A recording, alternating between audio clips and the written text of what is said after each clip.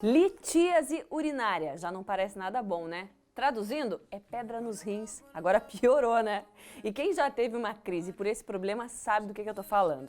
Então vamos saber quais são as causas e como evitar esse problema com o urologista Felipe Barbeta. Seja bem-vindo, doutor, tudo bem? Boa tarde, tudo bem, obrigado. Doutor, afinal, o que são os cálculos renais, essas pedras? Então, os cálculos, na verdade, eles são produtos da filtração do sangue quando vai formar a urina.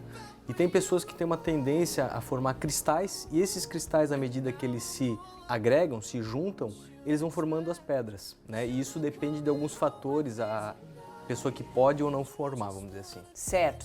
Então depende do que eu como ou de uma condição genética minha, de uma condição de formação do meu organismo? É multifatorial, não é uma coisa só que vai depender. Então, assim, tem fatores genéticos, hereditários, né? Então, a pessoa que tem história na família tem 20, 40% de chance maior de ter uma pessoa que não tem histórico familiar.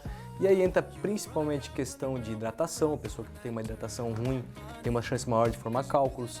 Consumo excessivo de sal, né, o sódio principalmente, que está presente em tudo que é produto industrializado, que tem conservantes, várias doenças, inclusive a obesidade, o consumo excessivo de açúcar, né? Então as coisas que de uma maneira geral fazem mal para o nosso organismo, que a gente meio que está cansado de saber, também são fatores que acabam gerando a formação dos cálculos.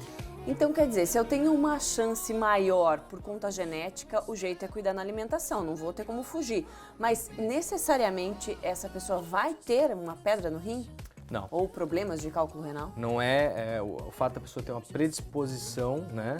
Ela pode não chegar a desenvolver durante a vida. A gente sabe que em torno da população mundial, 3% da população mundial vai ter cálculo urinário. Hoje em dia isso é em torno de 280 milhões de pessoas, é bastante gente, né? Então, mas nem todo mundo vai desenvolver.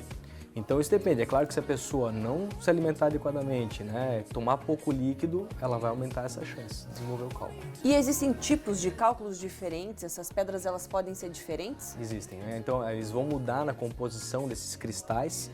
Às vezes os cálculos eles têm uma composição mista. Os mais comuns são os de oxalato de cálcio. Em torno de 85% desses cálculos são formados por esse sal. Existem outros tipos de sais, de ácido úrico, por exemplo, os cristais de estruvita, que tem relação com infecções urinárias, alguns tipos de bactérias que favorecem a produção desses cálculos, mas o mais comum realmente é o de oxalato de cálcio. Aí, doutora, a pedra é formada lá, forma no rim, né? Sim. Formada lá no rim, ela faz todo um caminho que dói a beça para descer, para sair pela urina. Essa pedra, quando ela está lá no rim, ela tem que sair de qualquer forma, seja ou naturalmente pela urina, quando o paciente expele sozinho, ou se não sair, tem que tirar com algum outro método? Então, isso vai depender realmente assim da quantidade de cálculos que tem de pedras, né? O tamanho deles e a localização em que eles estão. Porque as pessoas muitas vezes elas têm cálculos, elas vão descobrir, vão fazer um ultrassom por qualquer outro motivo e acabam descobrindo que tem um cálculo.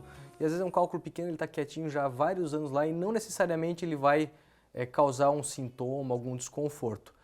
A questão maior é que quando o cálculo está no rim, a não ser que ele seja um cálculo muito grande, ele vai causar desconforto. Agora, quando é uma pedrinha que pode ser um grão de areia e ela segue o trajeto, cai e vai em direção à bexiga, aí é que realmente a pessoa tem a famosa cólica renal que faz, né? Então a pedra no rim, ela não dói. O que dói é quando ela sai e caminha, né, por todo... Pelo ureter. O nome do canal que sai do rim e leva, né, a urina até a bexiga é o ureter. Então, quando cai no ureter, é que realmente dá a famosa cólica renal.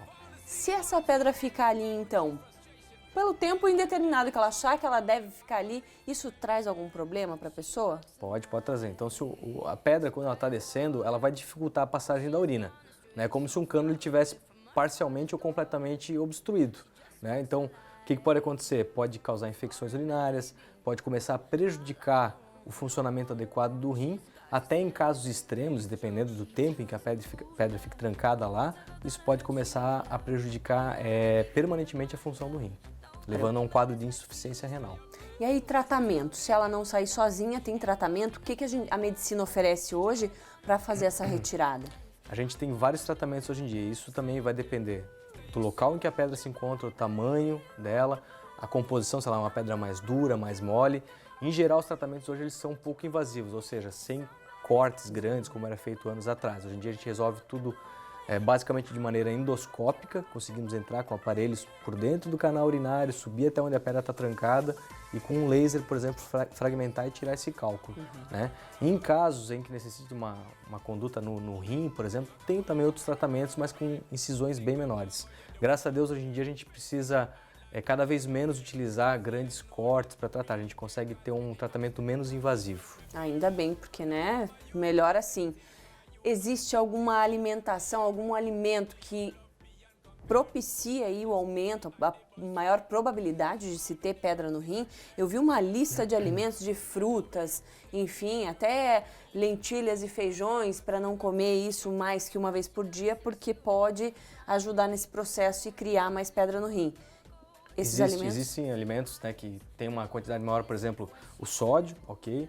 Que é um dos principais desencadeantes, mas, por exemplo, a laranja. Se ela consumir em excesso, ela tem oxalato, né? E o oxalato pode também levar à formação de cálculos. Então, o excesso também não é benéfico, assim como também verduras, né? Legumes da cor verde escura, o espinafre, por exemplo, o brócolis, em excesso, né? Ressaltando bastante isso, que também ele pode vir a desencadear o processo de desenvolver os cálculos. Então é a questão do equilíbrio.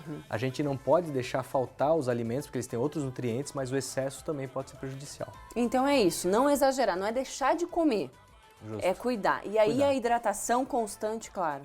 A hidratação é muito importante, né? A pessoa ela teria que tomar pelo menos 2,5 litros, 3 litros de líquido ao dia. Isso de uma maneira geral. A água é excelente, mas também chás, outros tipos de suco, desde que não em excesso, também podem ser utilizados para hidratação. É isso aí, bora cuidar para não sofrer, porque dói, gente. Ô, se dói, né, doutor? Bastante, bastante. Tá certo. Doutor Felipe, obrigada por estar aqui com a gente no nosso Obrigado Ver pela Mais. oportunidade. Valeu. E assim, com essas informações, a gente encerra o nosso Ver Mais de hoje. Mas a semana ainda, ó, tá engatinhando, né? Amanhã a gente tá aqui de novo, às 1h20 da tarde para você. Até lá!